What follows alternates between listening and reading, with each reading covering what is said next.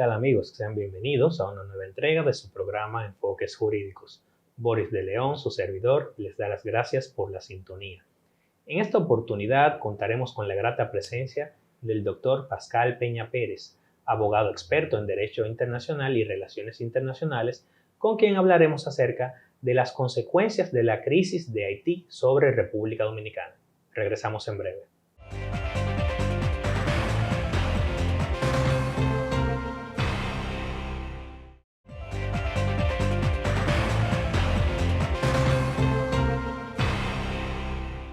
Bien, amigos, estamos de vuelta en su programa Enfoques Jurídicos.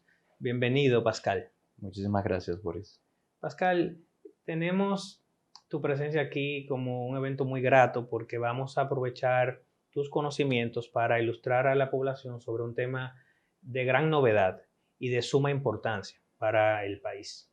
Y es con relación al magnicidio ocurrido en Haití, la muerte violenta dada al expresidente Jovenel Moïse en la República Hermana. Situación que generó inicialmente una especie de vacío de poder, pero sobre todo una situación que implicó el cierre de la frontera y la adopción de medidas preventivas de índole incluso militar. Esta situación nos hace preguntarnos cuáles son las implicaciones internacionales que tiene el magnicidio con motivo del vacío de poder, porque tenemos un país donde también el poder legislativo como tal no está completo. Había un primer ministro, un presidente que había sido designado pero no juramentado. Al día siguiente del magnicidio, un primer ministro asume el poder. Esta situación, a la vez agravada con la existencia de bandas armadas que no son controladas por el Estado. Entonces, ¿quién tiene que responder ante esta situación que afecta a la comunidad internacional? Interesantísima tu pregunta, Boris, porque como bien comentas, es una situación tal vez sin precedentes en el periodo reciente democrático de los países. Cuando nosotros pensamos en un magnicidio, obviamente nosotros tenemos que remontarnos, incluso en la República Dominicana, tenemos que remontarnos a muchas décadas atrás. Ver una situación como esta desde la perspectiva interna y desde la perspectiva internacional no es común. Entonces, ¿qué sucede? ¿Qué pasa ante un evento como este? Sin lugar a dudas, el derecho internacional, y quiero iniciar por aquí antes de adentrarme tal vez a detallar algunos aspectos del derecho interno. La política internacional y el derecho internacional lo que hace es proveer de forma general una especie de protección y colaboración. Como nosotros hemos visto a lo largo de estos días, parece mucho más tiempo, pero apenas han sido unos pocos días, se ha visto una ayuda, un vuelco de colaboración de parte de países como Colombia, por supuesto, Estados Unidos, entre otros. La pregunta que tú incluso formulas y que muchos hacen es, ¿cómo la comunidad internacional, cómo organizaciones internacionales como Naciones Unidas, como puede ser la OEA, pudiesen colaborar? Y ahí es que uno debe entender los límites que tiene el derecho internacional frente al derecho interno. ¿A qué me refiero? Cuando hablamos del derecho internacional y hablamos de las organizaciones internacionales, ambos tienen unas estructuras que permiten respetar y controlar su margen de alcance y de actuación. La Carta de Naciones Unidas, así como la Carta de la OEA, claramente indican que ambas organizaciones, Naciones Unidas como OEA, no pueden inmiscuirse en aspectos propios del derecho interno. Entonces, ¿es esto un asunto propio del derecho interno? En principio, pese a que la situación, por supuesto, que todos conocemos, es muy delicada y hay si se quiere, una pseudo-democracia, si el término cabe, se encuentran en el marco de la legalidad. Bien comentabas ahorita la situación de ese primer ministro, del Congreso, etcétera, pero tiene un régimen jurídico en principio suficiente. Entonces, ¿qué pasa? Y de forma muy breve y concreto te lo digo, ¿qué pasa? Se debe permitir que Haití, conforme su legislación y conforme las instituciones que posee, pues puedan actuar y la comunidad internacional, insisto, de manera general, pues mostrar el apoyo que requiere.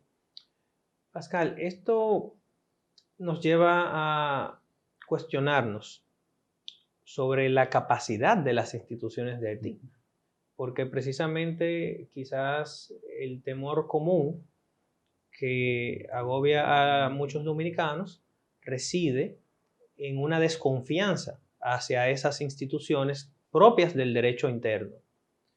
En un momento dado, Haití incluso solicitó ayuda militar a los Estados Unidos. Es decir, no solamente colaboración económica y colaboración para fines de la investigación fruto del magnicidio, sino que se pidió ayuda militar.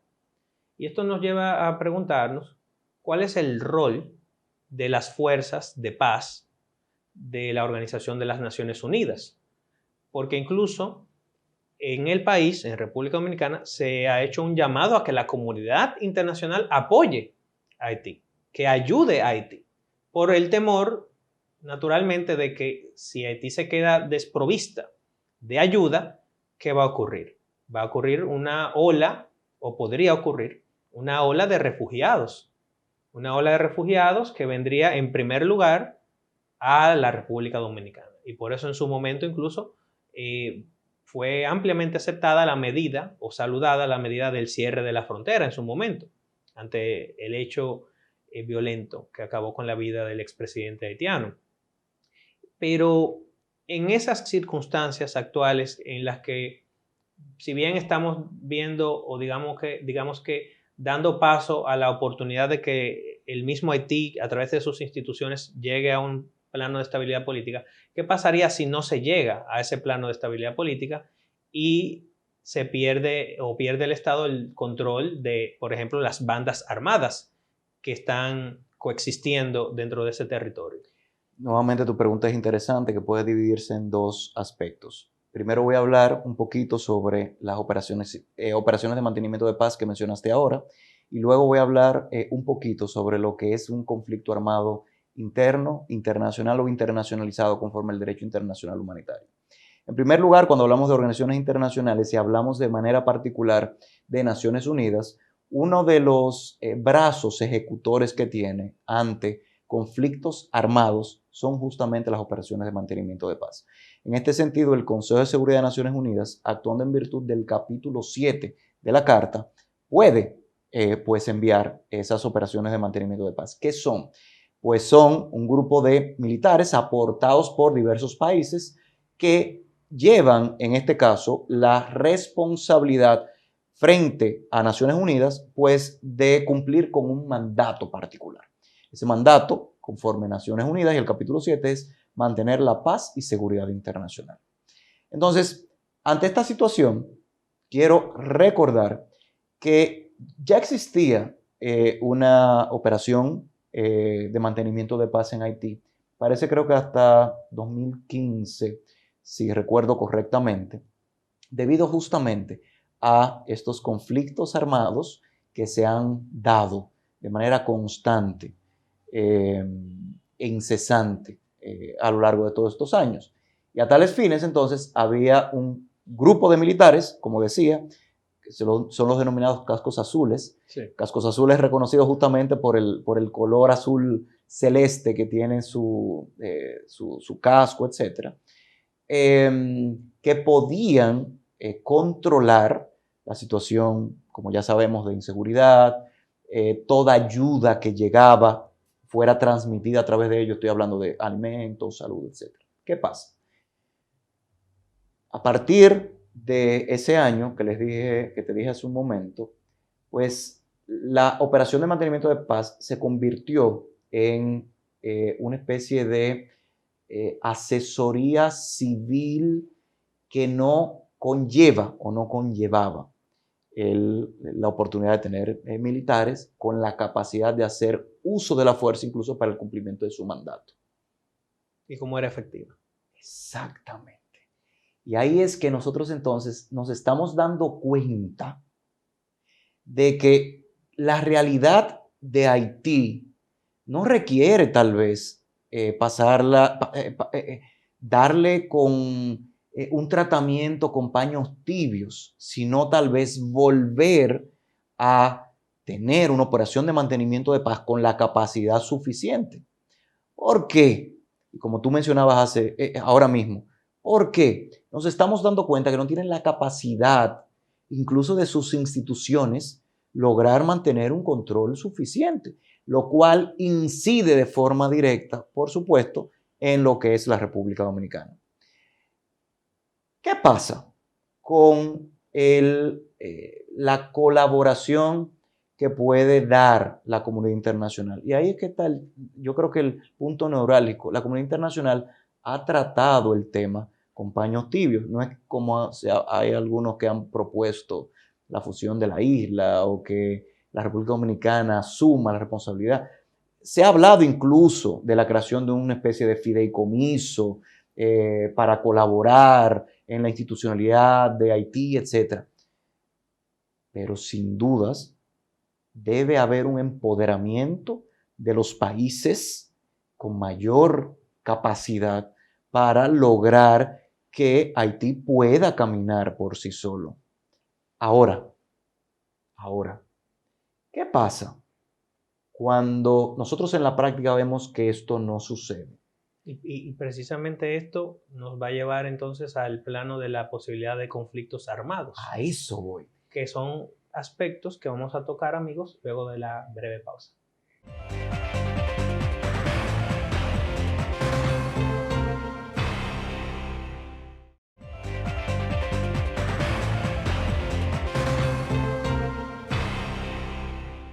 Bien, amigos, estamos de vuelta en su programa Enfoques Jurídicos, compartiendo con el doctor Pascal Peña Pérez sobre las consecuencias de la crisis de Haití en República Dominicana. Pascal, señalabas en el segmento anterior sobre los límites que puede tener la asistencia de las fuerzas de paz de las Naciones Unidas y sobre la posibilidad de que estas fuerzas fallen en su misión. Y esto nos lleva probablemente al escenario de conflictos armados. ¿Cómo se definen dentro del ámbito del derecho internacional los conflictos armados y cómo esto podría influir en la República Dominicana a propósito de una preocupación que muchos dominicanos tenemos? Y es que a sabiendas de que hay bandas en la República de Haití que no son controladas por el Estado, ¿qué pasaría si una de esas bandas ingresa, penetra, transgrede la frontera ingresando en territorio dominicano? Esa situación, ese escenario hipotético, podría luego traducirse en responsabilidad internacional de Haití frente a la República Dominicana. Puro derecho internacional, interesantísima la pregunta y estos temas son apasionantes. Pues te respondo. Cuando hablamos de conflictos armados, los convenios de Ginebra del año 1949, y fíjense cuándo surge, en 1949, justamente 4 años después de la Carta de Naciones Unidas del año 45. Los convenios de Ginebra del año 49 regulan todo lo relativo, recogen, codifican todos lo que son los principios del derecho internacional humanitario. El derecho internacional humanitario es el ordenamiento jurídico que regula las acciones cometidas en el ius in bellum y el ius ad bellum, derecho en la guerra y el derecho a la guerra. ¿Por qué menciono todo esto antes de responderte?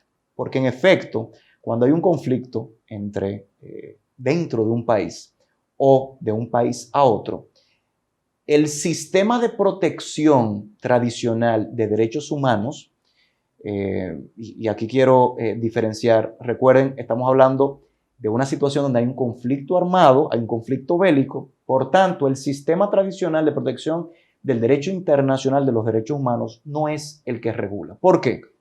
Porque si pensamos, por ejemplo, en la Convención Americana de Derechos Humanos, etcétera, hay una presunción de que el país o los países están en tiempos de paz.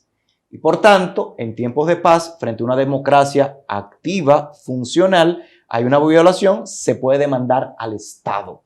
por violación a. De esto conocemos que la República Dominicana ha sido condenado en varias ocasiones con diversas violaciones de derechos fundamentales. Ahora, ¿qué pasa y cuál es la diferencia con el sistema internacional, en este caso del derecho internacional humanitario? Como estamos ante un sistema donde hay conflicto, un conflicto bélico, la protección es mayor, porque, por supuesto, las personas que han sido afectadas o que van o podrían ser afectadas se encuentran en una situación de vulnerabilidad mayor. ¿Por qué? Porque el Estado, porque hay un conflicto armado, puede no tener la capacidad de actuar adecuadamente. Entonces, ¿qué pasa? Esa convención de los convenios de Ginebra, junto con sus protocolos, lo que ha hecho es que ante situaciones como un conflicto armado interno pueda regular y al mismo tiempo lograr proteger a aquellas personas incluso que no son parte de las hostilidades. Pero ¿qué pasa? Los convenios de Ginebra, y hay un artículo, el famoso artículo 3 común de los convenios de Ginebra, habla de que cuando estamos hablando de los principios del derecho internacional humanitario, son normas imperativas del derecho internacional. A diferencia de lo que pasa con el tema de los derechos humanos. Es decir, que son obligatorias. Obligatorias, vinculantes y que no puede haber ningún incluso acuerdo entre estados que violente eso. Cualquier cuestión en contra de estas normas imperativas van a ser consideradas nulas. Entre esas está la prohibición a cometer crimen de lesa humanidad, genocidio, crimen de guerra y crimen de agresión. ¿Por qué menciono esto? Porque vamos a encontrar que tenemos un sistema de protección en el derecho internacional humanitario que ante la posibilidad de que este conflicto interno traspase las fronteras, se convierte en un conflicto armado internacionalizado. Y cuando esto sucede, el brazo del derecho internacional permite entonces que puedan ejecutarse los principios de los convenios de Ginebra e incluso con las limitantes correspondientes, el Estatuto de la Corte Penal Internacional. El Estatuto de la Corte Penal Internacional, del cual la República Dominicana es parte, al igual que los convenios de Ginebra, regula la comisión de estos crímenes. Pero obviamente aquí hay una intención de parte de aquellos que cometen los actos de violentar. Y sus sanciones son, por supuesto, bastante graves, ¿verdad? Entonces, ¿qué pasa? La República Dominicana debe tener temor a que ese conflicto armado traspase las fronteras. La respuesta es que sí. ¿Se han tomado las medidas de seguridad correspondientes? Entiendo que también sí. Pudiese, y yo creo que aquí es uno de los temas también hasta controversiales, pudiese lograr, o mejor dicho, pudiese existir la posibilidad de que una de estas bandas que tú mencionabas ahorita traspasaran a la República Dominicana y atacaran formalmente. La respuesta es que sí. Ahora, los organismos de seguridad de la República Dominicana tienen la capacidad de actuar y dentro de el derecho de cooperación internacional pueden tomar las medidas correspondientes. Y eso es importante aclararlo porque todo lo que es cooperación internacional, como lo hemos estado viendo con Colombia, Haití, temas de extradición y ese tipo de cosas, se pueden hacer y eso no está regulado por el derecho internacional, sino por los acuerdos internacionales que entre países existan. Y esto nos lleva al tema de las relaciones bilaterales existentes con Haití. Es interesante abundar sobre dos aspectos. Por un lado tenemos el cierre de la frontera, que en un momento dado era total. Ahora se ha ido flexibilizando. Pero en el escenario que estábamos comentando, que es un escenario en el cual estamos, digamos que, analizando un escalamiento de la situación, un empeoramiento de la situación, ¿podría la República Dominicana cerrar de manera definitiva sus fronteras? ¿O tendría la República Dominicana, ante un escenario de un conflicto armado en Haití, tendría la República Dominicana la obligación de recibir refugiados? ¿podría la República Dominicana, luego de tener en el escenario comentado que defender su territorio, exigir reparaciones a Haití por cualquier daño que haya ocurrido fruto del ingreso de una determinada banda armada? Porque, por un lado, el Estado haitiano podría decir, no, yo no controlo a esa banda, yo estoy peleando contra esa banda actuó sola, sin mi consentimiento. Entonces, en esa situación, ¿de quién nos estamos defendiendo? Porque en una situación de inestabilidad política, al final no se sabe quién va a tomar el poder. Es así. Y de hecho, situaciones como estas, que en efecto tú comentas, pueden llevarse a través de una escalada, han pasado ya en otros países. Y esa es la razón por la que, para responderte, quiero recordar justamente, se han creado esos instrumentos jurídicos internacionales para proteger y definir, tener reglas claras en ese jus in bellum, derecho en la guerra de la población civil, los que no participan en los conflictos, pues protegerse, cuestiones tan básicas como una banderita blanca que todos sabemos que muestra paz, todo eso está regulado. Ahora, me hiciste una pregunta interesantísima, nuevamente, porque estamos pasando entonces ya de derecho internacional de derechos humanos, del derecho internacional humanitario, al tema, por supuesto, del derecho internacional privado, el derecho internacional comercial, el de las relaciones bilaterales y del comercio bilateral entre los dos países. ¿Puede la República Dominicana cerrar las fronteras? La respuesta es claro que sí. De hecho, las fronteras son definidas por nuestra Constitución, así como lo hace la Constitución haitiana, y el Estado es soberano para tomar las medidas correspondientes. Obviamente respetando los derechos de cada uno de los involucrados, en este caso Haití y la República Dominicana. ¿Podría la República Dominicana cerrarla de manera definitiva? La respuesta es que en principio, ante las justificaciones que pudiese generar un conflicto armado de cierta gravedad, puede hacerlo. Nosotros, de hecho, este tema no lo encontramos incluso extraño porque lo hemos visto con el tema del COVID. Las fronteras se cerraron por un tiempo, justamente protegiendo a la República Dominicana de que se extendiera, se esparciera el COVID, ¿verdad? Ya sabiendo nosotros las consecuencias. Entonces sí puede hacerlo. Que lo vaya a hacer, no me parece. Porque al igual como sucedió con el COVID, y me permito hacer la comparación porque es algo que la ciudadanía y los televidentes pues tienen el conocimiento a mano, sabemos el gran impacto económico que tiene el cierre de fronteras. Claro. Y como sabemos, después de Estados Unidos, el comercio con Haití, el comercio más importante con el tema de la exportación de ciertos productos. Entonces, yo no creo, primero por lo que se está visualizando, por el control que a lo interno, en principio, se está llevando y el proceso con la seguridad que se está llevando, que sea necesario el cierre, ni tampoco creo que el Estado le sea, ante la situación que te comentaba, el impacto económico que pueda tener, lo permita. Ahora, con el tema de los refugiados, es un tema que nosotros también lo vivimos justamente con la hermana República de Haití, recordemos, con el terremoto del año 2010, me parece. En ese caso, justamente se tuvo que abrir las fronteras para poder colaborar. Es una obligación de parte del Estado y es una obligación de todos los estados, pues refugiar y permitir que vengan al país cuando existen situaciones donde pueda haber peligro de vida de esas personas.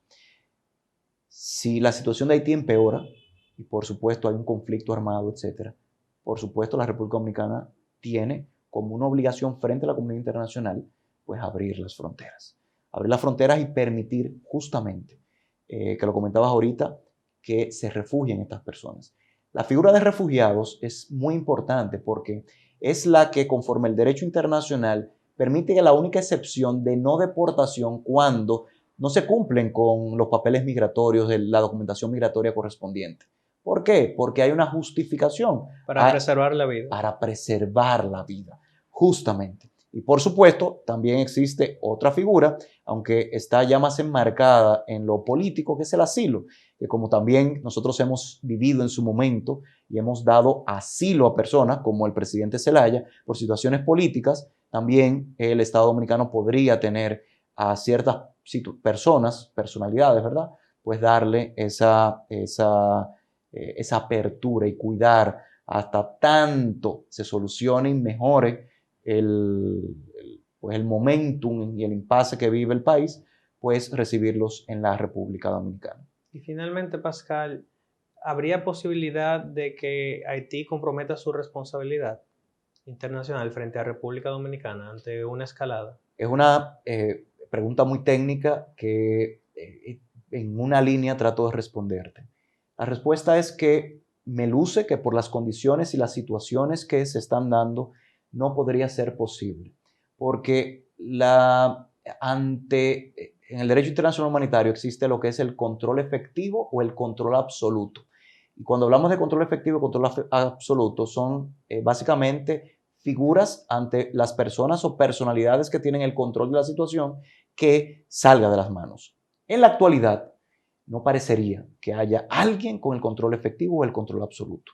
Ahora, si lo hubiese y si la situación se extiende a la República Dominicana con la intención o la negligencia de parte de las autoridades, sí pudiese haber responsabilidad internacional de parte del Estado haitiano. Y ahí pudiese ser demandado, no ante tribunales de derechos humanos, derechos humanitarios, sino ante tribunales como la Corte Internacional de Justicia. Muy interesante. Muchísimas gracias, Pascal.